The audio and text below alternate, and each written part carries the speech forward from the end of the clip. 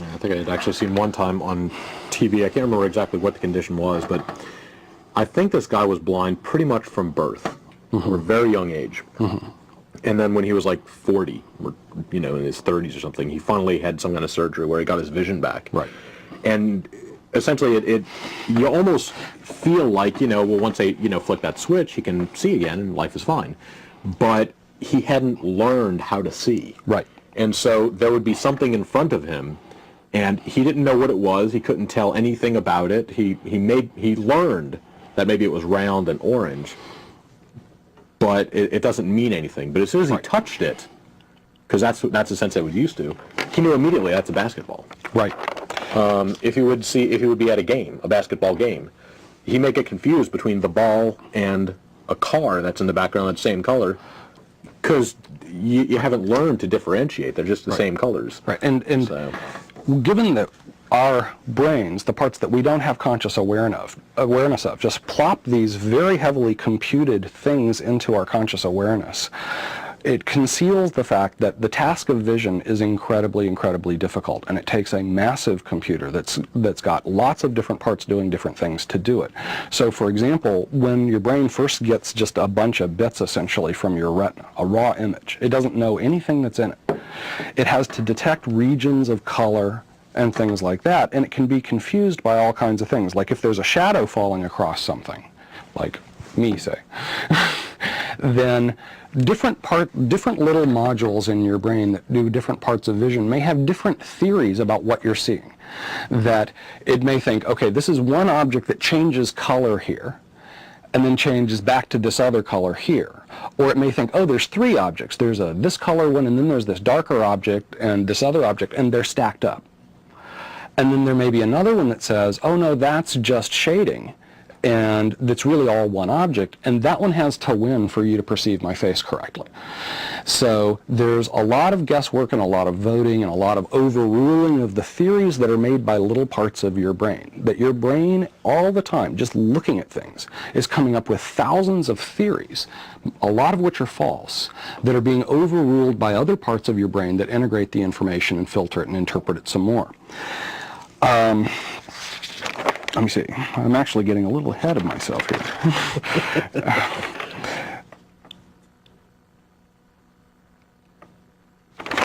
I have seen that, but again, having to learn, again, it almost seems like parts of your brain would just plain work. Right. And it would be kind of built in. And there's, this is one of the reasons why the brain is very difficult to study, and why, even though we've sort of charted out the rough geography of the brain, the rough organization of the cognitive modules that actually do the work, there's lots of theories and lots of controversy about lots of the details. So, for example, there's a part of my brain, and a part of yours, that basically only kicks in when looking at faces. Yes. And what it does is it recognizes really subtle cues, really minor differences in curvatures and things that you cannot articulate consciously. You don't know what your brain is doing. You don't know how you recognize a face, which is why it's so hard to describe somebody's face and have somebody else go, oh yeah, them, right? Oh, you mean the guy with the beard? We're sort of limited to, beard, big nose? I don't know. But we can recognize millions of faces and we have essentially no idea how we do it. Well, this is one of the parts of the theory that's controversial, is how much of that is built in. How much of that is genetically programmed to develop under the right circumstances and will just do that. And like recently there was a result about the part of the brain that recognizes faces that suggests that that part doesn't have to just recognize faces. That what it really is not just a face detector, but that's probably why it evolved. That's the most crucial thing that we do that kind of discrimination for. But it's able to discriminate lots of subtleties and shapes and things if you have a lot of knowledge about those things, a lot of experience with those things, a lot of it to work with. Okay. So it turns out that car body geeks who spend their time looking through magazines and geeking out on the design of car bodies, and have done this for years and years, like car body designers. Turns out that same region of the brain can tell them the difference between a 64 Corvette and a 65 Corvette. So So that's the kind of thing that there's a lot of little mysteries about. Is this part of the brain really just for this function, or does it do this kind of computation? But there's a lot of things that we know. It does that kind of computation. So it does the kind of computation you have to do when distinguishing between my face and yours, even if I shave and you shave, and I shave my head and whatever. How do we distinguish between faces? It's essentially the same kind of computational problem of subtle shading, inferring subtle differences in curvatures and relationships between different curves that you do when recognizing the difference between two kinds of Corvette. So those things are controversial, and scientists studying this stuff love to fight about it. But they all basically agree that most of these things are there for some clear evolutionary reason. So why do we have the ability to make such incredibly subtle visual distinctions? So we can not only recognize millions of different faces and tell them apart. You can say, nope, that's not the same person as that. We can recognize them under all kinds of different lighting conditions and which way they're facing, which makes it a much harder computational problem. We also have another region of the brain that for faces we do recognize does lots of extraction of stuff about facial expressions, or even for faces we don't, that pretty quickly you get a handle and categorize the face and figure out where the normal positions of things are, and when they move, it's doing all kinds of amazing things to figure out whether they're mad at you. So, and in general, the scientists who study these kinds of things think it's pretty clear that what we've got in our heads is an assortment of really useful devices, okay, plugged together in some pretty useful ways that work in a variety of circumstances, but not all circumstances. And where did they come from? Well, they came from evolution. And that's not very controversial among people who actually study these things. And a lot of the time when people study this, what they look for, and either find or don't, is motivated by an evolutionary theory, that I think it would have been useful when we were evolving to be able to do this. I think it would have been dangerous if you did it that way. And what you generally find is that the brain does, in fact, look like an evolved computer. That it makes certain kinds of inferences in certain ways, largely because that's what would have been useful in the past, and the ones that did it in less effective ways, they died. Okay. And it doesn't look like a computer that anybody designed on purpose. Evolution tends to produce things that sort of look designed, and in that sense, the brain is brilliantly designed. The brain is just the most amazing thing we know of, by far.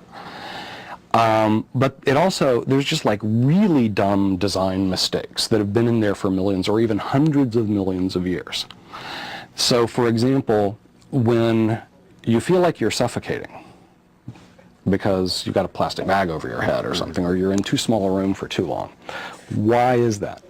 Well, you'd think it would be because something would detect that you don't have enough oxygen, right? I'm running out of oxygen, that's the problem. I don't want to run out of oxygen. Well, no, there's this problem with that that's not how it works. That what we actually detect is the presence of carbon dioxide, which is not in itself very dangerous. And hundreds of millions of years ago, our nervous system evolved to guess whether there was enough oxygen by detecting whether there was too much carbon dioxide. Okay.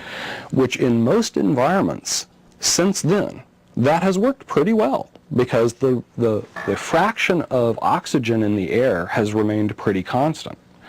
And in general, you only find, you usually, if you have high levels of carbon dioxide, you probably also have low levels of oxygen, and you really ought to get out. So detecting no carbon dioxide, lots of carbon dioxide is a good enough, handy way of detecting a lack of oxygen.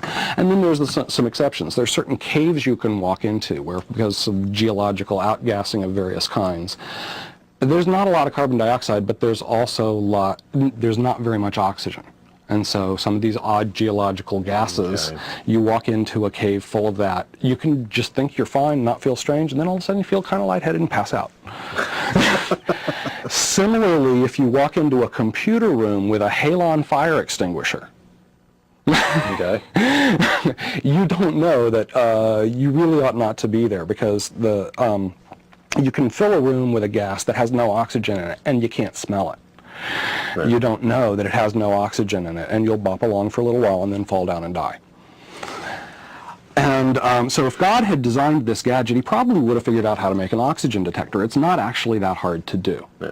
And then we have lots of other things that are clearly artifacts of sort of early design mistakes that evolution made, like you've talked about before, how the retina of the eye, the nerve cells are on the wrong side of the retina, that light has to pass through little capillaries and things to get to them, which is why when you shine a light in somebody's eye, you can see all those little blood vessels. I think it said squid eyes are so much better designed than ours. They're much harder. The cells are in the right Octopus orientation. eyes are very, very similar to human eyes because they evolved by a similar path. Yeah. But they got that part right really near the beginning. Yeah. Yeah.